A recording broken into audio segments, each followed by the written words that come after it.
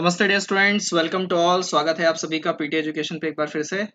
Press information bureau analysis का आज है हमारा सेशन नंबर 73। तो 73वें सेशन पे हम अपने आज जो हम टॉपिक पे बात करेंगे, सबसे पहले हम लेंगे tunnels in Jammu and Kashmir. तो जम्मू एंड कश्मीर में जितने टनल्स हैं ना, सब हम आपको गिनवा देंगे। डोंट वरी अबाउट इट, बिल्कुल ध्यान से देखना। राइट, एग्जाम के हिसाब से इंपॉर्टेंट है, इंपॉर्टेंस रखता है ये न्यूज़। दूसरा, national mission on cultural mapping art and culture से है, तो ये भी बहुत ज़्यादा इंपॉर्टेंट हो जाता है। थर्ड, मेघ ईए मेघालय एंटरप्राइजेस, इस पे हम बात करेंगे। Meghalaya enterprises architecture basically.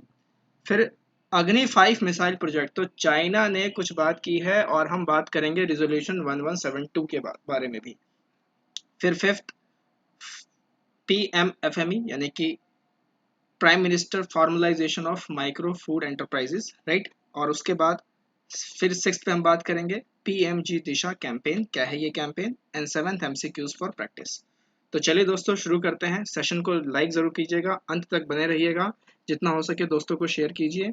सबसे पहली जो अपनी स्टोरी है वो है tunnels in Jammu and Kashmir. तो हुआ क्या है कि जो मिनिस्टर हैं रोड ट्रांसपोर्ट एंड हाईवेज के, कौन है महाशय जी, नाम बताइए मंत्री महोदय का। Right, the union minister for transport and highways, उन्होंने क्या की है, उन्होंने शिलान्यास किया है, फाउंडेशन स्टोन रखा है बहुत सारे नेशनल हाईवे प्रोजेक्ट्स का। और साथ ही साथ वो रिव्यू करेंगे जेड मोर और जोजिला टनल को भी, जो कि कहाँ पर लोकेटेड है, जो कि जम्मू एंड कश्मीर, जो कि अब यूनियन टेरिटरी है, वहाँ पे लोकेटेड है। अब यहाँ पे क्या क्या टनल्स है उसको एक एक बार देख लेते हैं, उनके क्या क्या स्पेसिफिकेशंस है, क्या क्या कैरेक्टरिस्टिक्स है, वो भी देख लेते हैं फटाफट। सबसे पहले है हमारे पास श्यामा प्रसाद मुखर्जी टनल। इसका पहले नाम था चिनानी नासरी टनल, जिसको बाद में रीनेम करके क्या बोला गया, श्यामा प्रसाद मुखर्जी टनल। ये भारत का सबसे लंबा हाईवे टनल ही नहीं बल्कि एशिया का बाई डायरेक्शनल हाईवे टनल भी है। तो भारत में तो सबसे लंबा हाईवे टनल है ही है 9 किलोमीटर का, एशिया में बाई डायरेक्शनल हाईवे टनल भी है सबसे बड़ा। It is located in the lower Himalayan mountain range, ये सब आपको ध्यान रखना पड़ेगा कि लोअर हिमालयन माउंटेन रेंज में ये लोकेटेड है, जो कि कहाँ से कहाँ किसके बीच में है, उधमपुर और रामबान के बीच में, जो जम्मू एंड कश्मीर में आते हैं। दूसरे पे है बनिहाल काजीगंज टनल। 8.5 किलोमीटर की इसकी लंबाई है, 1790 मीटर का इसका एलिवेशन है, पीर पंजाल के रेंजेस में ये बना हुआ है। और किसको कनेक्ट करता है, बनिहाल और काजीगुंद को ये कनेक्ट करता है। थर्ड है हमारे पास जवाहर टनल। इसे बनिहाल टनल भी कहा जाता है या फिर आप इसे बनिहाल पास भी कह सकते हैं। लगभग लगभग 3 किलोमीटर के आसपास की इसकी लेंथ है। बनिहाल से काजीगंज में ये सिचुएटेड है। पहले NH1A में था, लेकिन बाद में इस हाईवे का नाम रीनेम किया गया और इसे NH44 का नाम दिया गया। राइट, ये टनल क्या करता है, ये टनल कनेक्ट करता है श्रीनगर और जम्मू को, तो ये भी इंपॉर्टेंट हो जाता है। उसके बाद है Nandini tunnels. These tunnels are the series of 4 highway tunnels build under Nandini wildlife sanctuary. तो ये आपको थोड़ा सा ध्यान रखना है, नंदनी वाइल्ड लाइफ सेंचुरी कहाँ पर लोकेटेड है, it is situated in Jammu Srinagar national highway in Udhampur district. 4 highway tunnel का ये है। उसके बाद है पीर पंजाल रेलवे टनल। तो भारत का सबसे लंबा ट्रांसपोर्टेशन रेलवे टनल है, जिसकी लंबाई कितनी है, 11.2 किलोमीटर ये लंबा है। उसके बाद है Z more tunnel. It is an under construction tunnel, 20 kilometre दूरी पर है जोजिला पास से, जो कि कहाँ पर लोकेटेड है, श्रीनगर कारगिल लेह हाईवे पे ये लोकेटेड है। 6.5 kilometre long tunnel will connect गंगा Gagangir directly to Sonamarg in Kashmir. तो 20 किलोमीटर का है, जिसमें से 6.5 किलोमीटर तो डायरेक्ट गगनगीर और सोनमार्ग को कनेक्ट करता है। ठीक है, मतलब ये सारी चीजें आपको ध्यान रखने की जरूरत नहीं है। जो जो इससे चीजें निकल के आ रही है, जैसे कि नंदिनी टनल से आपका नंदिनी वाइल्ड लाइफ सेंचुरी निकल के आया, तो इस तरीके से सवाल आपके आ सकते हैं कि Nandini wildlife sanctuary is located in where. तो आपको मालूम होना चाहिए कि जम्मू एंड कश्मीर, राइट। तो ये ऐसे आपका काम करेगा। उसके बाद जोजिला टनल है, अभी अंडर कंस्ट्रक्शन चल रहा है, श्रीनगर के नॉर्थ ईस्ट डायरेक्शन में है। अगर ये तैयार हो जाएगा तो ये एशिया का सबसे बड़ा रोड टनल बन जाएगा। राइट, इसकी लंबाई कितनी है, 14.2 किलोमीटर की इसकी लंबाई है। उसके बाद है हमारे पास नीलगिरी टनल्स। नीलगिरी टनल जो है ये ट्विन ट्यूब टनल है, 433 मीटर की ही इसकी लेंथ है हर एक ट्यूब की। The Nilgiri twin tunnel is of 1.95 kilometre length each. और इसमें दो तरीके के टनल्स बने हुए हैं, पार्ट 1 पार्ट 2 में इसे बांटा गया है 18 किलोमीटर की लंबी अप्रोच के साथ। और कहीं ना कहीं ये कनेक्टिविटी प्रोवाइड करता है लद्दाख, कारगिल, द्रास और लेह के रीजन की तरफ। राइट, उसके बाद आपके पास है Chatargala tunnel. It is also under construction, ये भी अभी बन ही रहा है जम्मू एंड कश्मीर के अंदर में, और ये 6.8 किलोमीटर लंबा होगा दोस्तों। और किसको कनेक्ट करेगा, तो कठुआ और जो डोडा डिस्ट्रिक्ट है जम्मू एंड कश्मीर के, उसको कनेक्ट करेगा वाया चटरगला। ठीक, तो ये सारे टनल्स थे जिनको आपको ध्यान रखने की ज़रूरत है। नंदिनी टनल पे थोड़ा मैं एम्फेसाइज ज़्यादा कर रहा हूँ क्योंकि वहाँ पर एक वाइल्ड लाइफ सेंचुरी है, तो ये आपको एग्जाम में थोड़ा सा देखने को मिल सकता है। क्लियर। और ये मैप है, इस मैप को आराम से देख लीजिएगा। ये रहा चेनानी और ये रहा नाशी। तो ये 9.2 किलोमीटर का चेनानी नाशी टनल, जिसका नाम क्या करके रख दिया गया, जल्दी बताइए नाम क्या करके रखा गया है? नाम रीनेम किया गया है ना। दूसरे पे आते हैं, जो दूसरी स्टोरी है अपनी वो है national mission on cultural mapping. तो बेसिकली क्या है कि जो नेशनल मिशन था कल्चर मैपिंग का, इसको हैंड ओवर कर दिया गया है Indira Gandhi national centre for arts को। अब ये जो IGNCA है यानी Indira Gandhi national centre for arts है, वो अब इस मिशन को ट्रायल बेसिस पे अक्टूबर 2021 से 75 गांव में रन करेगी।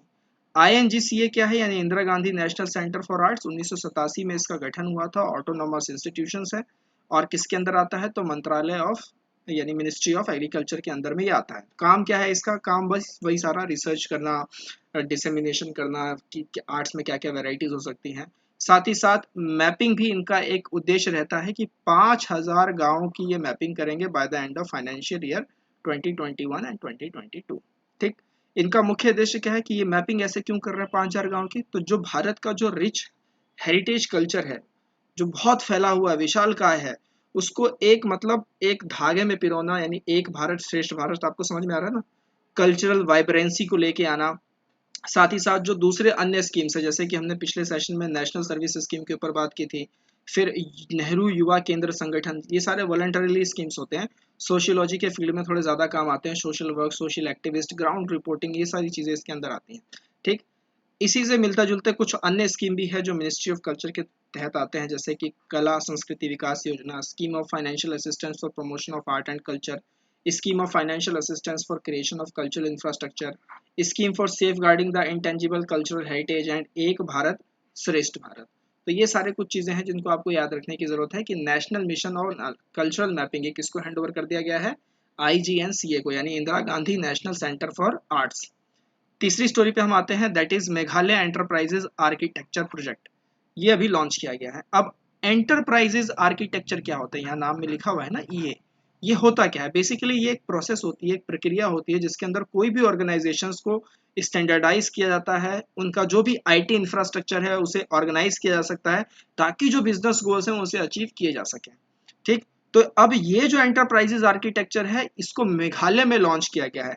क्यों लॉन्च किया गया है, ताकि मेघालय में जो गवर्नेंस और जो डिलीवरी सिस्टम है लोगों के लिए उसको इम्प्रूवमेंट मिले, उसे पावर मिले, उसे स्ट्रेंथ प्रोवाइड की जाए, राइट। अब इस तरीके के प्रोजेक्ट के यानी मेक ई के 6 पिलर्स हैं, governance, human resources, entrepreneurship, primary sector, infrastructure, environment. ये 6 पिलर्स पे ये काम करेगा, यानी इनिशिएटिव इसी पे रखेगा। मेन मकसद क्या है कि मेघालय को एक हाई इनकम स्टेट बनाना है 2030 के तहत। तो मेघालय के CM का नाम आप बता दीजिए, क्योंकि मेघालय की बात चल रही है। तो who is the current chief minister of Meghalaya, ये आपका पहला सवाल है। कमेंट थ्रेड में पार्टिसिपेट कीजिए जोर शोर के साथ। The initiative is in line with the vision of digital India that focuses on transforming India into a digitally empowered society and knowledge economy. Obviously हम एक नॉलेज इकोनॉमी में तो रह ही रहे हैं, क्योंकि आज के टाइम पे क्या हो गया है दोस्तों कि इन्फॉर्मेशन की कमी किसी के पास नहीं है, एकदम बिल्कुल गोली की स्पीड से, व्हाट्सएप यूनिवर्सिटी की स्पीड से जो है ना इन्फॉर्मेशन सबके पास निकलती है। लेकिन अब वो इन्फॉर्मेशन कितनी फ्रूटफुल है, कितने रेलेवेंट है, उससे क्या निकाला जा सकता है, ये सारी चीज़ें जो है डिपेंड करती है कि हम आगे कैसे मूव करेंगे, क्योंकि इन्फॉर्मेशन की कोई दिक्कत नहीं है। So we are living right now in a knowledge economy. अब इस तरीके के जो एंटरप्राइजेज आर्किटेक्चर है ये भारत के लिए भी बनाए गए हैं। 2018 में इनका नोटिफिकेशन वगैरह आया था, जिसमें सारे डिजिटल प्लेटफॉर्म्स को स्केल करने की बात की गई थी, कुछ ऐसे पोर्टल्स बनाने की बात की गई थी, राइट। तो इसमें अगर हम देखें कि INDEA यानी कि इंडिया एंटरप्राइजेज आर्किटेक्चर, तो ये बहुत सारे मॉडल से कंबाइन होके बना हुआ है, जिसमें बहुत सारी चीज़ें, डिलीवरी सिस्टम, इंटीग्रेटेड सर्विसेज, बहुत कुछ इसमें आता रहता है, राइट। तो ऐसे ही मतलब 8 रेफरेंस मॉडल्स इसमें बनाए गए हैं, जैसे कि business, application, data, technology, performance, security, integration and architecture, governance, ये सारी इसमें है, राइट। इन सब के सबका पूरा जो इन्फॉर्मेशन है वो कहाँ पे इनेबल किया जाता है, तो ICT यानी कि इंफॉर्मेशन एंड कम्युनिकेशन टेक्नोलॉजी के द्वारा ये सारी चीज़ों को इनेबल किया जाता है, इसमें सारी transformation and this whole makeup the e governance system. तो एक इकोसिस्टम बनाने की इसमें बात की जाती है ई गवर्नेंस की, उसी चीज़ को मेघालय ने भी उठाया है। Why, because Meghalaya want that they want to become a high income state by the end of 2030. Clear है मेघालय एंटरप्राइज आर्किटेक्चर के बारे में। चलिए, तो ये उसकी कुछ लॉन्चिंग थी फाइनेंस सॉल्यूशन को लेके। ये श्री अश्विनी वैष्णव जो हमारे मंत्री हैं इलेक्ट्रॉनिक्स एंड आईटी के एंड रेलवे एंड कम्युनिकेशन के, और ये है CM of Meghalaya Shri Conrad Sangma. चलिए अगली स्टोरी पे आते हैं, अग्नि 5 की मिसाइल प्रोजेक्ट की स्टोरी पे आते हैं। तो चीन ने क्या किया है दोस्तों कि चीन ने यूनाइटेड नेशन में एक रेजोल्यूशन मतलब उठाया यानी क्वेश्चन किया है कि भारत का जो प्रोग्राम आ रहा है टेस्टिंग का, अग्नि 5 inter continental ballistic missile ICBM, इस पर उन्होंने जो है कुछ सवाल उठाए हैं कि ये ऐसे कैसे कर सकते हैं, क्योंकि 1998 में जब टेस्ट किए गए थे न्यूक्लियर टेस्ट, तो यूएनएससी ने एक रेजोल्यूशन पास किया था, उस रेजोल्यूशन का नाम था 1172। अब चाइना इसी रेजोल्यूशन के हवाले से कह रहा है कि इंडिया ये कैसे कर सकता है।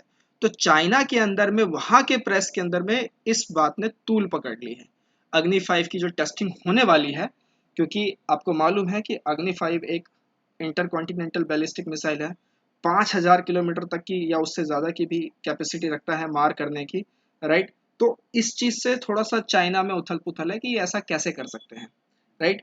China has in contrast been adding the development of Pakistan nuclear and missile programmes, जबकि चाइना खुद पाकिस्तान के न्यूक्लियर एंड मिसाइल को डेवलप करने में पूरी तरीके से मदद कर रहा है। इवन 2018 में चाइना ने पाकिस्तान को एक ट्रैकिंग सिस्टम भी बेचा था ताकि वो अपने इस तरीके के मल्टी वॉरहेड मिसाइल्स की जो डेवलपमेंट है, उसकी जो विकास है, उसको तेजी पकड़ा सके। तो चाइना खुद करे तो ठीक, राइट, लेकिन अब इंडिया कर रहा है तो यूएनएससी में रेजोल्यूशन 1172 की बात 1172 1172 1172 चाइना करता हुआ नजर आ रहा है।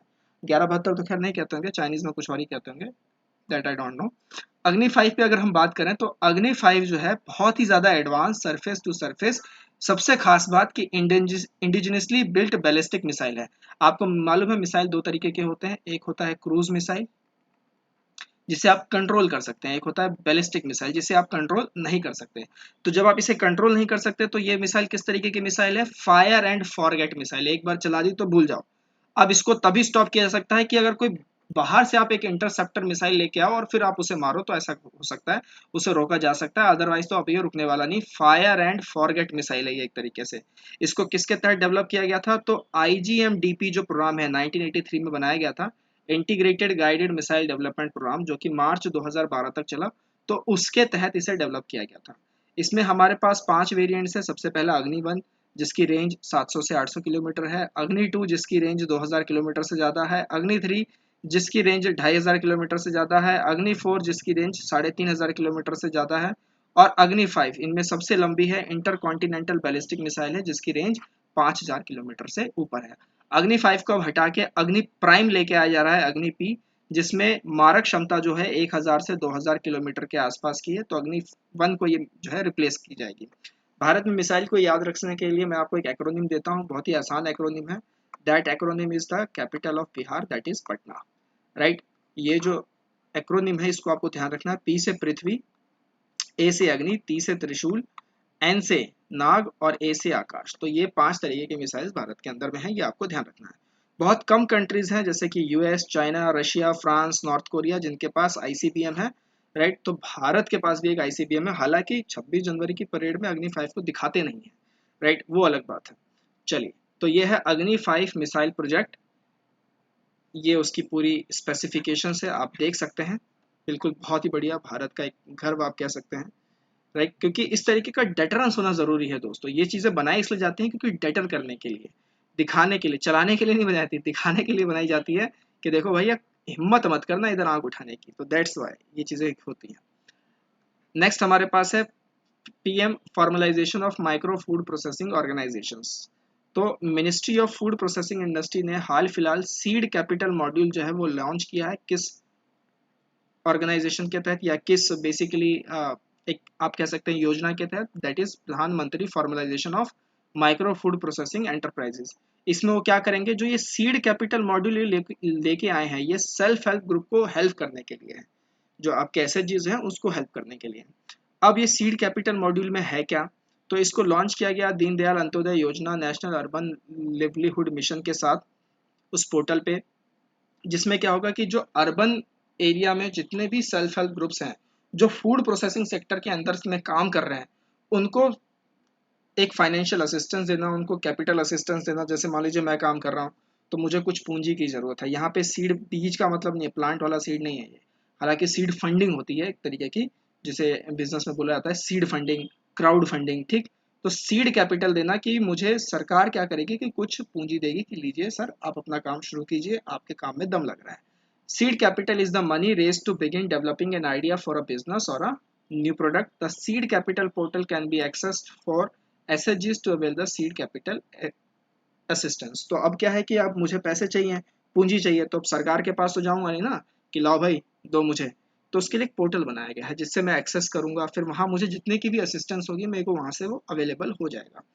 अब जो PMFME के तहत ये पूरा बनाया गया है, प्रधानमंत्री formalisation of micro food processing enterprises. देखिए बार बार मैं नाम इसलिए बोलता हूँ क्योंकि कभी कभार फुल फॉर्म वगैरह में भी आते हैं। बैंकिंग सेक्टर में अगर आप देखेंगे तो बैंकिंग सेक्टर की परीक्षाओं में ऐसे स्टेटमेंट देके और फिर वो पूछ लेंगे कि यहाँ पर एम का क्या मतलब है, और 4 ऑप्शन रहेंगे, तो बैंकिंग की बात हो गई। खैर हम यूपीएससी पे आते हैं। यूपीएससी ऐसे सवाल नहीं पूछेगा, यूपीएससी पूछेगा कि ये किस तरीके की स्कीम है। तो आपको ध्यान रखना है, it is a centrally sponsored scheme जिसे आत्मनिर्भर भारत अभियान के तहत लॉन्च किया गया था। और इसका मेन मकसद क्या था कि जो भारत में जितने भी फूड प्रोसेसिंग इंडस्ट्री में जो भी काम कर रहे हैं, इस सेक्टर में जो जो लोग काम कर रहे हैं, वेदर फार्मर प्रोड्यूसर ऑर्गेनाइजेशंस हैं या सेल्फ हेल्प ग्रुप्स हैं या फिर प्रोड्यूसर्स कोऑपरेटिव्स हैं, उन सबको अलाइन करना, क्योंकि वो इधर उधर है, असंगठित है, अनऑर्गेनाइज है, तो उन सबको ऑर्गेनाइज करने की बात इसमें की गई थी। इसका आउटले कितना रखा गया था दोस्तों? तो इसका आउटले रखा गया था 10,000 करोड़ का, 5 साल से ज्यादा के अवधि के ऊपर इसे बनाया गया था। The scheme envisions to directly assist the 2 lakh micro food processing units for providing financial, technical and business support for upgradation of existing micro food processing enterprises, right? तो पूरी तरीके से मतलब हेल्प करने की बात की गई थी। अब इसमें एक और वर्ड आया है, क्योंकि ये जो सीड कैपिटल मॉड्यूल है ये आपका दीनदयाल अंत्योदय योजना नेशनल अर्बन लिवलीहुड मिशन के साथ जो पोर्टल है उसके साथ इसे लॉन्च किया गया है। तो इस स्कीम को भी जाना जरूरी हो जाता है। 2014 में इस स्कीम को लेके आया गया था, सेंट्रली स्पॉन्सर्ड स्कीम है। इसका मुख्य उद्देश्य क्या था कि जितने भी अर्बन पुअर हैं उनको ऊपर उठाना, उनको स्किल डेवलप करना, ताकि वो अपनी आय को, अपने जीवन के स्तर को उठा सके। अब इसमें जो अर्बन पुअर है, तो अर्बन पुअर की डेफिनेशन क्या होगी? हर कोई तो अपने आप को अर्बन पुअर नहीं बोलेगा ना। अर्बन पुअर की डेफिनेशंस भी इन्होंने इसमें बताई हुई है, मतलब बेनिफिशियरीज के नाम बता रहे हैं, प्रॉपर डेफिनेशंस नहीं है कानून के अंदर में या योजना के अंदर में। तो अर्बन पुअर में आपके आ जाते हैं street vendors, slum dwellers, homeless, rag pickers, unemployed and differently abled. तो these are comes under the urban poor. अब इसमें क्या होगा, इनमें इनकी स्किल ट्रेनिंग, इनको फिर रोजगार देने की बात हेल्प की जाएगी तरीके से, राइट। दीनदयाल अंत्योदय योजना national urban livelihood mission. Clear है दोस्तों? चलिए अगली स्टोरी पे आते हैं, दैट इज प्रधानमंत्री दिशा कैंपेन। तो प्रधानमंत्री ग्रामीण डिजिटल साक्षरता अभियान इसका पूरा नाम है, ध्यान रखना है आपको, प्रधानमंत्री ग्रामीण डिजिटल साक्षरता अभियान। इसने 100% का जो है ड्राइव चलाया हुआ है डिजिटल लिटरेसी के लिए, कि सभी गांवों को हम डिजिटल विलेज बना देंगे। सभी लोगों को जो रूरल एरियाज में रह रहे हैं उन्हें पूरी तरीके से हम मदद करेंगे ताकि उन्हें डिजिटल लिटरेसी दी जा सके। हालांकि अब जो समय आ गया है, मेरे को ये लगता है, मेरा अपना ये पर्सनल मानना है कि सीबीएसई को भी अब सिलेबस में, छोटे छोटे सिलेबस में, जैसे कि 7th 8th 9th में एक डिजिटल लिटरेसी के नाम से एक सब्जेक्ट लॉन्च करना चाहिए कि डिजिटली हम लोग कितने लिटरेट रहे, क्योंकि वो बहुत ज़्यादा ज़रूरी हो जाता है, राइट। अब इस स्कीम के तहत क्या होगा, खैर बहरहाल हम अपने स्कीम पे वापस आते हैं। तो इस स्कीम के तहत क्या होगा कि एक सर्टिफिकेशन, मतलब सर्टिफाई भी आपको किया जाएगा। फिर उसके बाद कॉमन सर्विस सेंटर जो है उनको इसमें शामिल किया जाएगा। कॉमन सर्विस सेंटर किस लिए बनाए गए थे? कॉमन सर्विस सेंटर बनाए गए थे कि जो रूरल या विलेज एंटरप्रेन्योर्स हैं उनको अपलिफ्ट करने के लिए। तो अगर कॉमन सर्विस सेंटर भी इसमें काम करेगा पीएमजी दिशा कैंपेन के साथ, तो ऑब्वियस सी बात है जो डिजिटल लिटरेसी है वो 100% अचीव की जा सकती है। अब इसमें क्या क्या बोला गया है, कुछ एम्बिशियस टारगेट्स लिए गए हैं कि 6 करोड़ लोगों को जो हम रूरल एरियाज में अक्रॉस स्टेट्स एंड यूटीज हम उसे डिजिटल लिटरेट बनाएंगे, and reaching to around 40% of rural household by covering one member of every household where there is no digitally literate person। क्योंकि आज भी ग्रामीण में काफ़ी लोगों को कुछ भी भरवाने के लिए, आधार कार्ड से लेके कुछ भी के लिए उनको साइबर कैफ़े जाना पड़ता है, या फिर कोई आसपास बंदा है जो कुछ सर्विस ले, चार्ज ले ले और उनकी काम को कर दे, तो ये ऐसा करना पड़ता है। तो ऐसा ना करना पड़े खुद वो लोग अपने आप इस चीज़ को करें, तो उनको खुद डिजिटली लिटरेट बनाने की ये मुहिम किसके तहत की जा रही है? प्रधानमंत्री ग्रामीण डिजिटल साक्षरता अभियान के तहत इसमें की जा रही है। क्लियर है दोस्तों? तो ये आपको ध्यान रखने की बहुत ज़्यादा ज़रूरत है, ये स्टोरी काफ़ी ज़्यादा इंपॉर्टेंट है।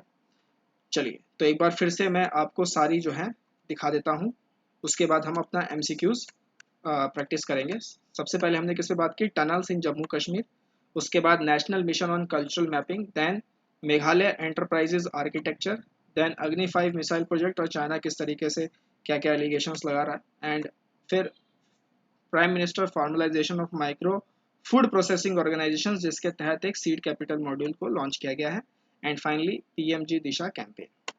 अब बात करते हैं हमारे MCQs के ऊपर। आज के 3 सवाल आपके लिए रेडी हैं दोस्तों। सबसे पहला है, मरीब सिटी जो है हाल फिलहाल देखा गया है न्यूज़ में, ये कौन से देश में आता है? 4 ऑप्शन है आपके पास। वीडियो को पॉज कीजिए, आराम से सोचिए और अपने आंसर्स को लॉक कीजिए, कमेंट थ्रेड में पोस्ट कीजिए। In which part of the Indian constitution fundamental rights are provided? तो मौलिक अधिकार भारत के संविधान के किस भाग में आते हैं? बहुत ही आसान सवाल पूछ लिया है, जिन्होंने पढ़ा हुआ है वो तुरंत इसको कर देंगे। फिर जॉइंट नेवल एक्सरसाइज जैर अल बहर 2021 ये भारत और किस देश के बीच में कंडक्ट हुआ था? अब आप इस सवाल को देख के कहेंगे सर ऐसे सवाल थोड़ी ना आते हैं। अरे भैया 100 सवाल आते हैं UPSC में, 100 के 100 टफ नहीं आते हैं, राइट? कुछ बहुत ही सिंपल हल्के सवाल भी होते हैं, तो एक आध हल्का मैंने भी दे दिया, तो क्यों इतना टेंशन में आ रहे हो कि नहीं नहीं ये तो UPSC का सवाल ही नहीं है, ऐसा तो हो नहीं सकता। चलो खैर, कल के जो हमने क्वेश्चन लिए थे उसके आंसर देने का समय आ गया है। इनमें से कौन सा है जो 28% के GST स्लैब में नहीं है? डिश वॉशर है, ऑटोमोबाइल्स मोटरसाइकिल्स भी हैं, एयरक्राफ्ट फॉर पर्सनल यूज भी है, तो स्टील प्रोडक्ट जो है वो इसमें नहीं आते। तो करेक्ट आंसर क्या होगा? ऑप्शन डी है। उसके बाद ICMR जो है एपेक्स बॉडी है, ये किस मिनिस्ट्री के तहत आती है? इसको फंड कौन करता है? तो मिनिस्ट्री ऑफ हेल्थ इसको फंड करती है। देन जुड़ीमा जो दिमाशा कम्युनिटी से है, तो जो दिमाशा कम्युनिटी है, जुड़ीमा बेसिकली एक वाइन ब्रूड है, उसको अभी हाल फिलहाल GI टैग मिला है। तो जो दिमाशा कम्युनिटी है वो कौन से स्टेट से आती है? That is from Assam, right? Assam से अभी भी बहुत ज़्यादा भयानक तस्वीरें सामने आई थी, तो बहुत ही मतलब अ, बुरा लगा देख के ऐसे ऐसी तस्वीरों को देख के, राइट, कि देश किस तरफ आगे बढ़ रहा है। चलिए खैर, PT के सब्सक्रिप्शन कोर्सेज ऑन है, एनरिच कंटेंट है, रेगुलर स्टडी है, एक्सीलेंट पीयर ग्रुप है, अपने दोस्तों को जोड़िए। साथ ही साथ अगर अभी तक खुद को एनरोल नहीं किया है तो खुद को भी एनरोल कीजिए, आपको बहुत मज़ा आएगा इसमें। 10 एक्सीलेंट एडिटोरियल का एनालिसिस है भर भर के यहाँ पर। उसके बाद बहुत अच्छे अच्छे आपके लिए कोर्सेज हैं 1 ईयर के, लिंक दिया हुआ है एनरोल आप कर सकते हैं। सिविल तपस्या का पोर्टल है, आपके लिए रामबाण इलाज है हर चीज़ के लिए। इस पर लगातार विजिट करें, अपनी पूरी टाइम टेबल इस तरीके से बनाएं कि अगर आप जितना भी पढ़ रहे हैं तो उसका ऑब्वियसली है कि उसका 1/4 1/5 टाइम आप इस पोर्टल पे आके दें। आपको बहुत कुछ यहाँ पे सीखने को मिलेगा। जो आर्टिकल्स इसमें लिखे जा रहे हैं वो पूरा मेंस ओरिएंटेड है, पूरे उसमें मतलब क्या उसकी कमियां हैं, क्या उसके एडवांटेजेस हैं, वो सब उस टॉपिक से रिलेटेड पूरा उसमें लिखा जा रहा है। तो आपको डेफिनेटली बहुत हेल्प करेगा। हम इसी तरीके से मिलते रहेंगे दोस्तों, हमारे साथ बने रहिए। Thanks for your love and support. Till then take care. नमस्ते, जय हिंद।